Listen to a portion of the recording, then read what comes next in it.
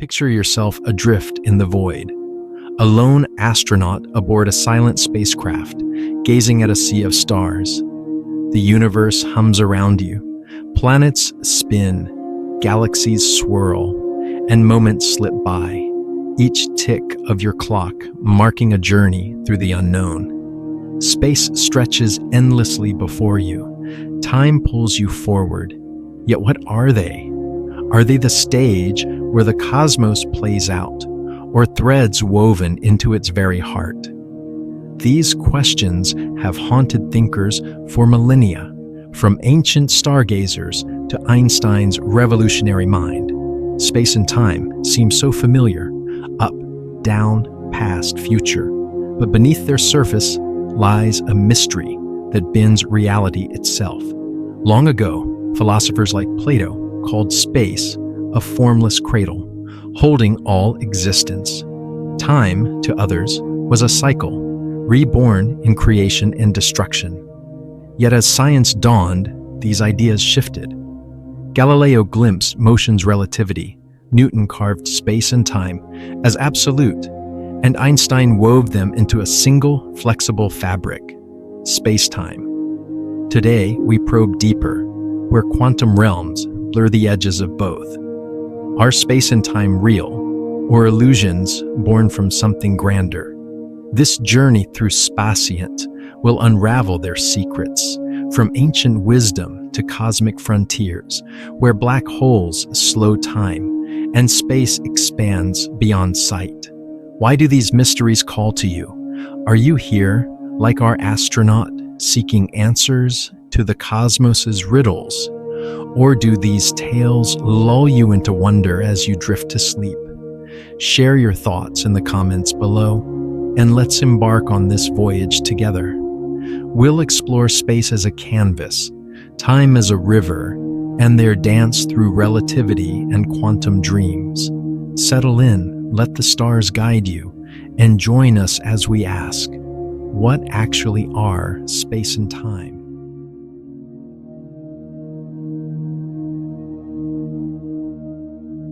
What is space? It feels like nothing, an empty backdrop where stars twinkle and planets drift. Yet ancient minds saw more.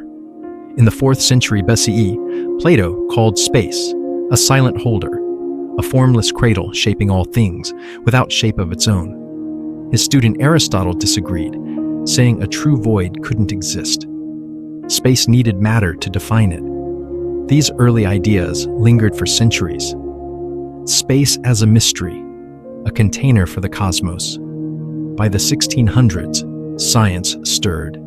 Galileo Galilei, gazing at the heavens, pondered motion. Imagine a sailor in a ship's cabin, no windows, just a table with dishes, a goldfish bowl, and fluttering birds. In calm port, all is still, the water flat, plates steady, birds flying freely. But on smooth seas, the ship glides fast. The sailor feels no change. The water stays level. Plates don't slide. Birds soar as before. Galileo realized, without a window, no test reveals if the ship moves or rests. Motion is relative, not absolute. A dropped apple falls the same, sailing or still. This shattered old views. Space wasn't a fixed stage. Movement depended on your viewpoint. Galileo's insight sparked the first relativity, a gentle wave in our understanding of the cosmos. Galileo's relativity opened doors, but questions lingered. In the 1600s, two giants clashed, Isaac Newton and Gottfried Leibniz. Newton, born the year Galileo died, saw space as absolute, a rigid frame, unchanging, where motion played out. Without it, how could things move? To prove his point, Newton imagined a bucket of water. At rest, the surface is flat. Spin it, and the water climbs the sides, curving into a bowl. What makes the water curve? Newton said, absolute space. The bucket spins relative to this unseen frame, pulling the water up. Spin it in an empty cosmos and the curve remains. Leibniz disagreed, Space wasn't real without things in it. It was relations between objects, distances, positions. Without matter, space vanished, like a map without landmarks.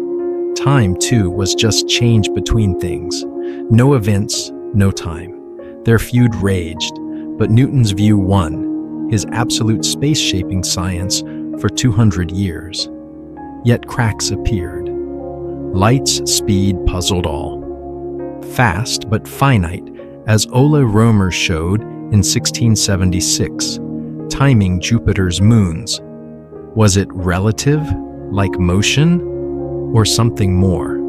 Newton's absolute space held sway, but challenges grew. James Clerk Maxwell in the 1800s united electricity and magnetism into electromagnetism. His equations showed light as a wave of these fields, speeding at 300,000 kilometers per second. But relative to what? Physicists guessed an invisible ether, filling space, carrying light like water carries waves. If Earth moved through this ether, light's speed should vary. In 1887, Albert Michelson and Edward Morley tested this with a clever device, splitting light beams, sending them perpendicular paths, then recombining them. If ether existed, beams would shift with Earth's motion. They didn't. Light's speed was constant, no ether needed. This shattered absolute space. Enter Albert Einstein. In 1905, his special relativity declared light's speed absolute, unchanging for all observers. Motion bends space and time to make it so.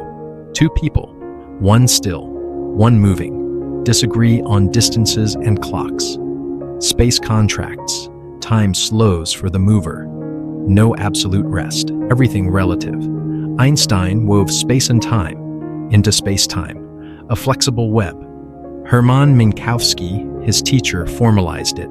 Space and time as one, shadows without the other. This new canvas bends under mass, explaining gravity not as a pull, but as curved paths in space-time. Stars warp it, guiding planets like marbles on a sheet. Space isn't empty, it's the stage, alive and shaping the cosmos.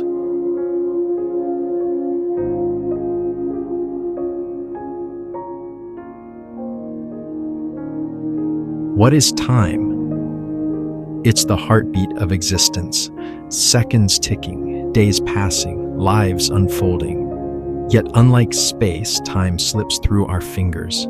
We can't step backward or leap forward. It pulls us only one way, toward the future. Ancient minds wrestled with this riddle. In 350 BCE, Aristotle saw time as a measure of change, a thread tying before to after. In ancient India, Hindu sages envisioned time as a great wheel, spinning through cycles of creation and ruin, stretching billions of years. To them, time wasn't a line, but a circle, eternal and repeating. By the Middle Ages, time was God's rhythm, a divine clock marking human lives. Yet these early views left a question. Is time real or just a shadow of events? Picture a quiet village, its clock tower chiming noon. Villagers move to its rhythm. Bakers knead, farmers plow. But if the clock stops, does time? Medieval thinkers said no. Time flows beyond our measures, a river carrying all things. But what sets its course? This question lingered, unanswered, until science sought to pin it down. By the 1600s, Isaac Newton gave time a new face. To him, time was absolute, a cosmic metronome ticking the same everywhere. Earth, Mars, or the stars. A second here was a second there, unchanging, universal. Scientists embraced this, measuring time with pendulums and gears, building clocks to chart the heavens. But why does time have a direction? Why does a cup shatter but never reform? The answer emerged in the 1800s with the Industrial Revolution. Steam engines puffed to life, replacing horses with coal's power. Engineers asked, how much work from a heap of coal? This birthed thermodynamics, the science of heat and energy. Sadi Carnot in 1824 found engines lose energy as waste heat. Steam hisses, metal screeches, energy scatters. This loss, called entropy, measures disorder. A hot coal cools, its energy spreading into chaos. Rudolf Clausius in 1865 declared entropy always rises. Picture a tidy room, books neat, air even. Leave it, and dust gathers. Books topple. Disorder grows, naturally, inevitably. Entropy, not clocks, seem to define time's arrow, pointing from order to chaos. Entropy's arrow gripped physicists' minds. Lord Kelvin in 1862 foresaw a grim end. The universe, finite or not, would fade to heat death, its energy spent, stars dark, all in disorder. George Gamow in 1948 explained why. Order is rare. Imagine air in a room rushing to one corner, leaving you breathless. Possible, but so unlikely it'd take trillions of years. Disorder, scattered air, broken cups, is vastly more probable. Time flows where entropy rises. But James Clerk Maxwell in 1867 posed a puzzle. A tiny demon, sorting gas molecules, fast ones to one side, slow to the other, making hot and cold from warm. This seems to defy entropy, creating order. For 150 years, debates raged. Some said the demon uses energy, raising total entropy.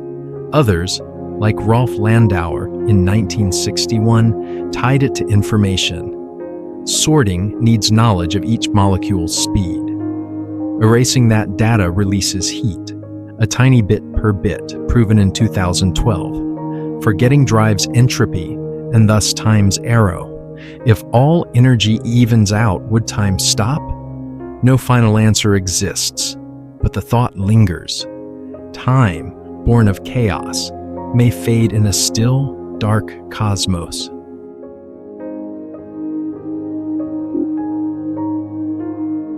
Space, once a rigid stage, began to bend. By the late 1800s, Newton's absolute space, a fixed, unchanging canvas, faced a crisis. Light's behavior puzzled scientists. In 1676, Ole Romer timed Jupiter's moons, proving light moves fast but not instantly, about 300,000 kilometers per second, as Christian Huygens calculated. But relative to what? Physicists imagined an invisible ether, a cosmic sea carrying light's waves. If Earth sailed through this ether, light's speed should shift, like wind against a ship. In 1887, Albert Michelson and Edward Morley tested this with a clever device. They split a light beam, sent it down perpendicular paths, and recombined it, expecting shifts from Earth's motion. The result? Nothing. Light's speed stayed constant, no ether needed. This null result shook science. No ether meant no absolute space to measure motion against. Galileo's relativity, motion is relative, gained strength, but light's stubborn speed demanded a new vision. A young clerk, Albert Einstein, stepped into the fray, ready to weave space into a new cosmic tapestry. In 1905, Albert Einstein unveiled special relativity, a radical leap. He declared light's speed absolute, 300,000 kilometers per second for all observers, whether still or moving. Imagine a spaceship racing at half-light speed.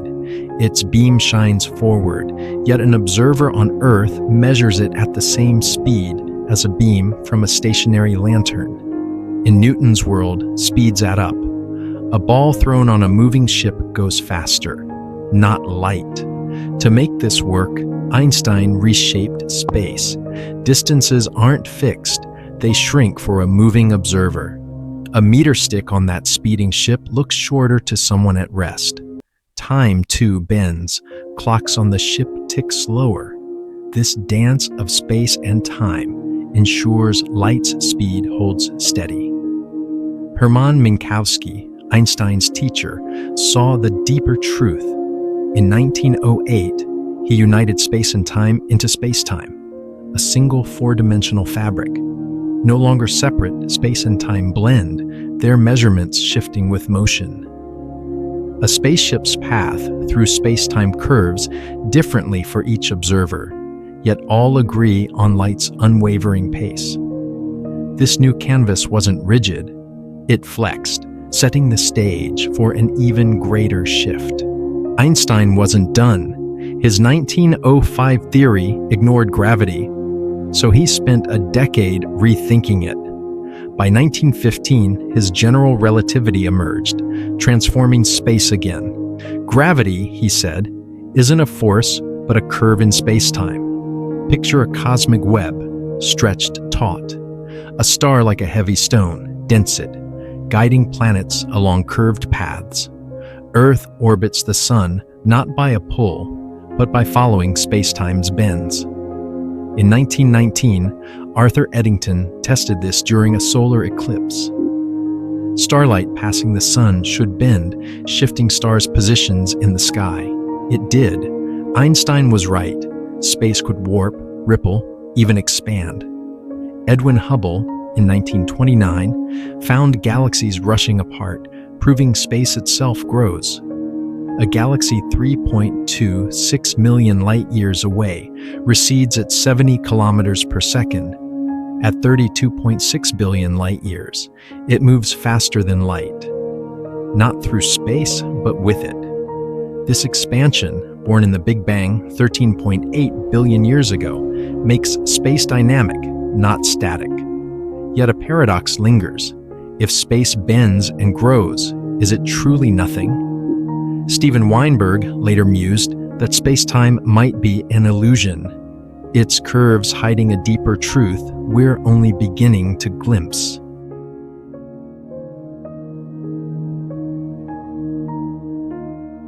Time, once a steady river, began to twist.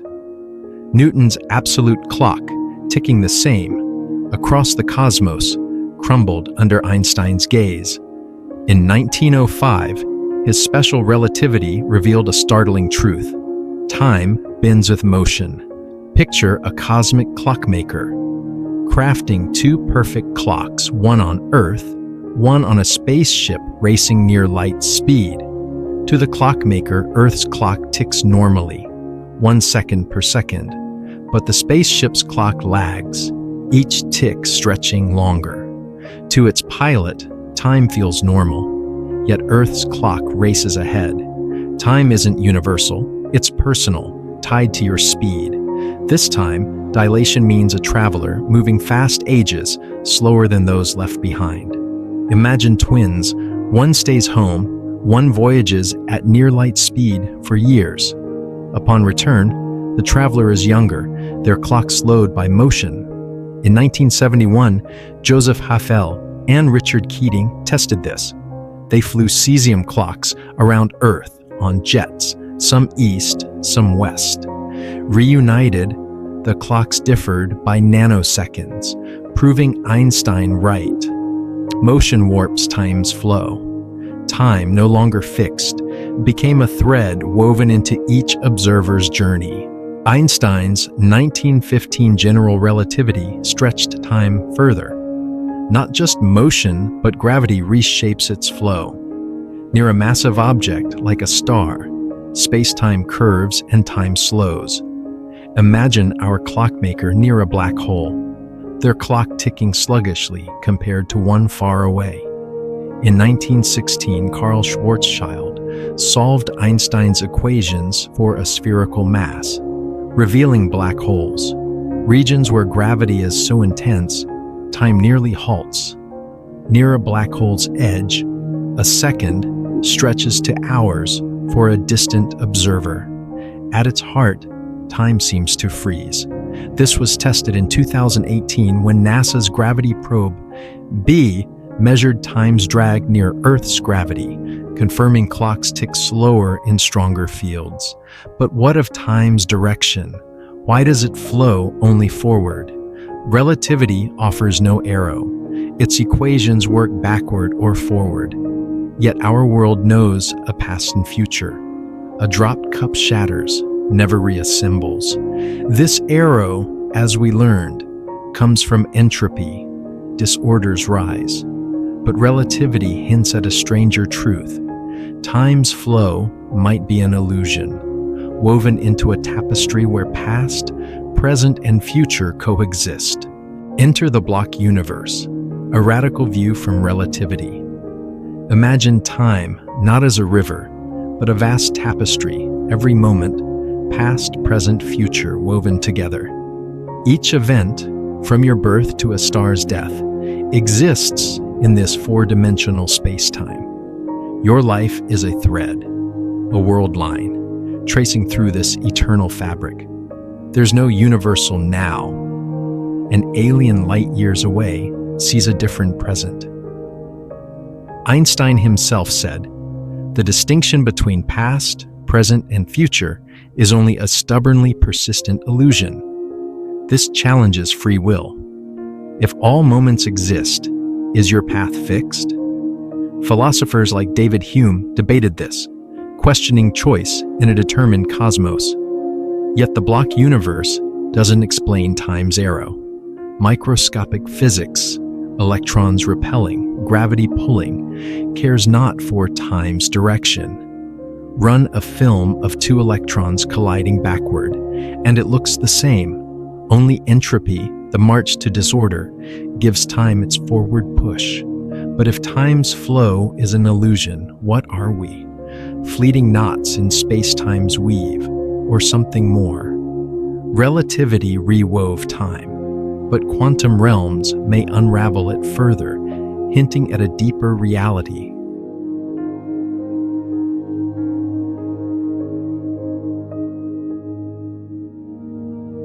The fabric of space-time, once smooth, begins to fray. Einstein's relativity wove space and time into a bendable tapestry, curving under stars and slowing near black holes. But at the smallest scales, reality blurs. In the 1920s, quantum mechanics unveiled a strange world. Werner Heisenberg's uncertainty principle showed we can't know a particle's position and speed precisely. Measuring one obscures the other. Picture a cosmic weaver, threading space-time's fabric. At human scales, the weave looks flawless, guiding planets' paths. But zoom to the Planck scale. 10 to the negative 35th meters, a billionth of a billionth of a billionth of a centimeter. And the threads quiver. Particles flicker in and out, their paths a haze of probabilities. Max Born and Niels Bohr described this with wave functions, not fixed points, but smears of possibility. A photon might be here or there, only settling when observed. This quantum dance challenges spacetime's smoothness. If particles are uncertain, is the stage they move on solid? In 1955, John Wheeler proposed quantum foam, space-time bubbling with tiny fleeting distortions. At these scales, space and time lose their clarity, hinting at a deeper, stranger reality. Can quantum mechanics and relativity unite? Einstein's space-time curves smoothly, but quantum theory suggests a grainy, jittery fabric. The clash sparks a quest for a theory of quantum gravity. Imagine space-time as a woven rug, its threads looping and twisting at tiny scales. In the 1980s, Carlo Rovelli and Lee Smolin developed loop quantum gravity. They propose space-time isn't continuous, but made of discrete loops, like pixels in a cosmic image, each approximately 10 to the negative 35th meters wide. These loops knot into networks, forming space itself. Time emerges from their changes, not as a separate flow. This theory predicts space-time is granular, not smooth. At the Planck scale, distances and durations blur, impossible to measure precisely. Another approach, string theory, born in the 1970s, sees particles as vibrating strings in higher dimensions, 10 or 11 beyond our 4. Space and time might emerge from these strings, not exist fundamentally. In 1998, Juan Maldacena's ADS-CFT correspondence suggested our universe could be a hologram. It's 4D space-time projected from a 2D boundary. These ideas, unproven, hint that space and time aren't the foundation, but threads woven from a deeper code. What lies beyond the quantum veil? If space-time is woven from loops or strings, is it real or an illusion? In 1974, Stephen Hawking showed black holes aren't eternal. They leak Hawking radiation, shrinking over eons. This ties quantum effects to gravity, hinting space-time might dissolve at extreme scales. Imagine a cosmic loom, its threads fraying near a black hole's edge. Information, every particle's story, seems lost, yet quantum theory insists it's preserved. This information paradox suggests space-time may not be fundamental, but emergent, like ripples on a deeper sea. Some physicists, like Nima Arkani Hamed, propose space-time could be a scaffold, built from quantum entanglement, particles linked across vast distances. Experiments like those at LIGO in 2015 seek space-time's ripples, but detecting quantum granularity remains elusive. The cosmic microwave background, the Big Bang's echo, might hold clues, tiny patterns hinting at discrete space-time. For now, these theories are dreams, untested. Space and time, once solid, now shimmer as quantum threads, weaving a cosmos that may hide a reality we can only imagine. We've journeyed far, from the starlit musings of an astronaut to the quivering threads of quantum realms. Space and time, once simple, a stage and a clock revealed their secrets. Ancient philosophers saw space as a cradle, time as a cycle. Galileo and Newton gave them structure, only for Einstein to weave them into space-time, a fabric that bends and stretches. Entropy carved time's arrow, while quantum mechanics frayed the edges, hinting at a cosmos not of solid stages, but of fleeting probabilities. Are space and time real? Or are we threads in a deeper tapestry, woven by laws we're only beginning to grasp? This cosmic voyage leaves us at the horizon, gazing at mysteries yet unsolved. Will we find space-time's grains in the cosmic microwave background's glow? Could wormholes bridge distant times, or is our universe a hologram projected from a hidden code? For now, these are dreams, shimmering beyond reach. Yet the quest continues, fueled by curiosity as old as the stars. What draws you to these cosmic riddles? Do tales of space and time spark wonder as you drift to sleep? Or do they stir questions about your place in the cosmos? Share your thoughts below, and let's ponder the universe together. As the stars fade into dawn, rest easy, and let the mysteries guide your dreams.